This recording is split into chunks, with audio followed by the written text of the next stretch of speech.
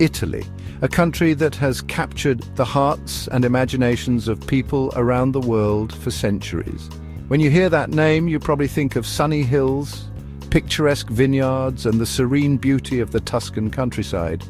You might also envision ancient ruins from the times of emperors and gladiators, like the iconic Colosseum and the Roman Forum, standing as testaments to a grand past. And of course, the bustling cities full of life and culture, where every street corner tells a story, and every piazza is a gathering place for locals and tourists alike. From the snowy peaks of the majestic Alps in the north to the sun-drenched beaches of Sicily in the south, Italy is a land of stunning contrasts and breathtaking beauty, each region offering its own unique charm and history. But there's more to Italy than just pretty pictures.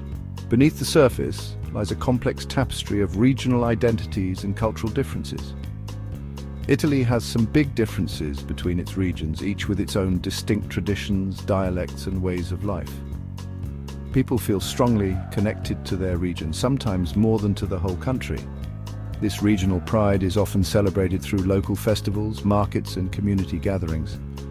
This has been going on for centuries because different parts of Italy have different histories and cultures. From the Renaissance art of Florence to the traditional houses of Sicily, each region tells its own story. To understand Italy today, we need to look back in time, to the days of ancient Rome and the medieval city-states, to see how these diverse regions were once separate entities with their own rulers and customs. The unification of Italy in the 19th century was a monumental task, bringing together these disparate regions into one nation.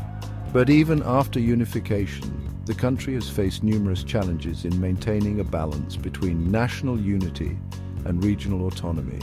It's a story about a country trying to find a balance between being united and letting each region have its own way of doing things. This ongoing journey is what makes Italy such a fascinating and dynamic place, where the past and present coexist in a delicate harmony. For a long time, Italy wasn't one country. It was a mosaic of independent states, each with its own unique identity and way of life. These states were as diverse as the landscapes they inhabited, from the rolling hills of Tuscany to the rugged mountains of the Alps. It was lots of separate states, each with its own language, culture, and government. The regional dialects were so distinct that people from different areas often couldn't understand each other. This linguistic diversity was a testament to the rich cultural tapestry that made up the Italian peninsula.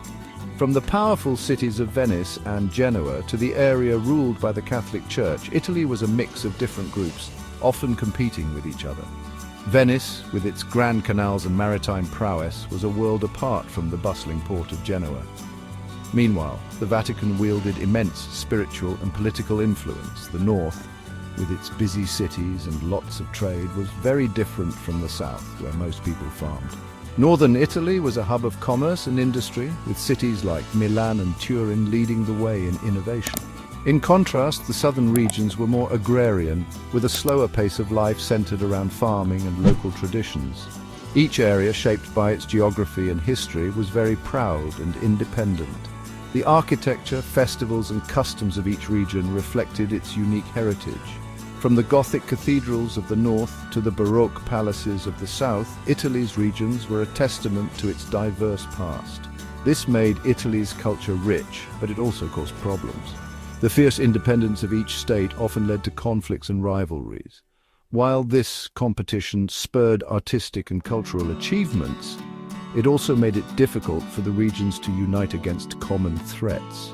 Without one strong government, other countries could easily take advantage of Italy's divisions.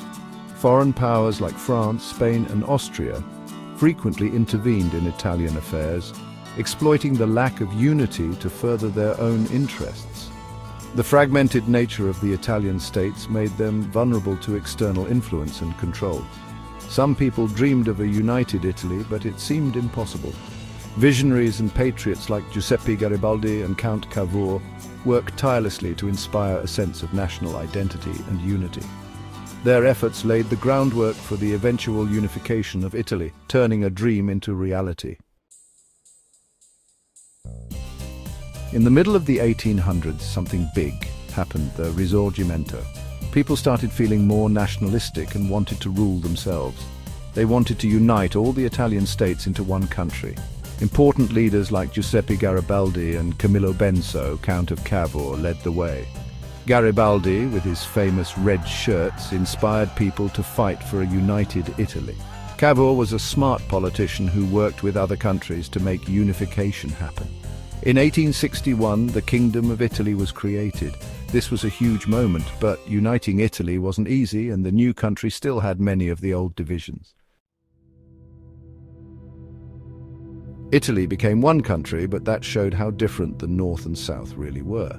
The North had factories and traded with other European countries. It grew richer quickly. The South was mostly farms, and it was poor with few roads and other important things. This difference between North and South became a big problem. The North seemed to be doing well, maybe even at the expense of the South. The North had jobs and money, while the South felt left behind. This caused anger and mistrust, a problem Italy still has today. The government has tried many things to help the South catch up, but it's a hard problem to solve. After World War II and the end of fascism, Italy started over. The country was in ruins, and the people were eager to rebuild their lives and their nation. The devastation left by the war was immense, but so was the determination of the Italian people to create a better future. It wrote a new constitution to protect democracy and deal with the regional differences. This new constitution was a beacon of hope, aiming to ensure that the dark days of dictatorship would never return. It was a document that sought to unify the country while respecting the unique identities of its diverse regions. This constitution, written in 1948, created a system where different regions had some control over their own affairs. It was a groundbreaking approach, recognizing that a one-size-fits-all solution would not work for a country as varied as Italy. The constitution aimed to balance national unity with regional autonomy. 5 regions, Friuli Venezia Giulia, Sardinia, Sicily, Trentino Alto Adige, Südtirol, and Valle d'Aosta, were given special status because they had their own languages and cultures. These regions were recognized for their distinct identities, which included unique languages, traditions, and historical backgrounds. The special status was a way to honor and preserve these rich cultural heritages. They got more power to govern themselves. This meant that they could make decisions on local matters without needing approval from the central government. It was a significant step towards decentralization, allowing these regions to address their specific needs more effectively. This system tried to balance a united Italy with independent regions. The goal was to create a cohesive nation where regional identities could flourish. It was an ambitious experiment in governance, aiming to bring together the best of both worlds, unity and diversity, but it also made governing complicated, with different levels of government having different powers. The division of responsibilities sometimes led to confusion and inefficiencies. Balancing the interests of the central government with those of the regions was a delicate and ongoing challenge. The 1948 constitution was a good start, but it also led to arguments about who should have power and money. These debates were a natural outcome of the new system, as regions sought to assert their autonomy, while the central government aimed to maintain national cohesion. Despite these challenges, the constitution laid the foundation for a democratic and decentralized Italy. In the 1990s, big scandals rocked Italy. The Tangentopoli scandal showed that many politicians and businessmen were taking bribes. People lost trust in the government. This led to new groups wanting more power for the regions. These groups, especially the Lega Nord in the north, said the central government was corrupt and didn't care about the regions. They wanted more control over local things and money. This was a big change in Italian politics. Regional groups became more powerful and the big national parties lost some of their control. People in Italy started talking about fiscal federalism. This means letting regions control their own taxes and spending. Some people thought this would help regions address their own problems and help the south catch up to the north. Some regions even held votes on this. Lombardy and Veneto voted for more autonomy in 2017. These votes weren't official, but they showed that people wanted more control. Fiscal federalism is a complicated issue. Some people think it's a good idea, but others worry that it will divide the country. Lately, many places in Europe, including Italy, have seen a rise in regionalism. In 2018, the League Party, which wanted more regional power, won many votes, especially in the north.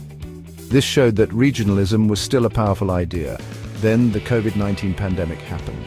The pandemic affected different regions differently, and regional governments responded in different ways. This caused tension between the regions and the national government. The pandemic showed how important it is for Italy to be united, but also how important it is for regions to be able to make their own decisions. Italy today is still figuring out how to balance being one country with giving regions independence. Italy's history of separate states and then unification is still important today. Regional identities make Italy's culture interesting, but they can also make it hard to be united. Discussions about money, regional power, and who decides what will continue to be important in Italian politics. Finding a good balance between unity and autonomy is important for Italy's future. Italy's story shows how powerful unity and diversity can be. It's the story of a country made up of many different regions, each with its own identity. Italy's challenge is to respect these differences while also working together as one nation.